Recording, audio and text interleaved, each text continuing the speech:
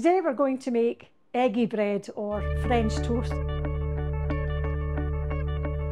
Special request for my grandson, who has this every time he's over for a sleepover. Whisk up 1 egg and soak a slice of bread in it. You can leave it a couple of minutes just so that it soaks up all the egg, and even if it hasn't taken it all, you can pour the rest on as it's actually cooking.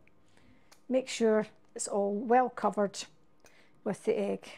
Now on here I've actually put a little butter or oil, it doesn't really matter which, in the frying pan, just on maybe at a very medium heat.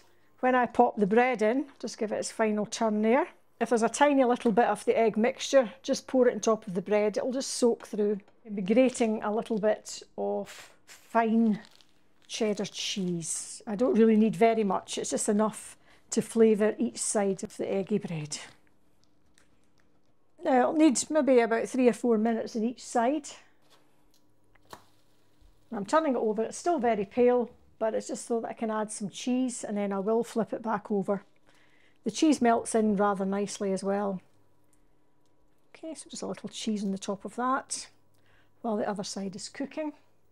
Okay, so let's see what the other side's like now. Yes, that's browning up nicely. So it's ready to have its cheese added. So at this point, basically I just keep flipping it over until it's nice and brown on either side. Basically I just take it off the heat and I'll cut it up with a pizza slice.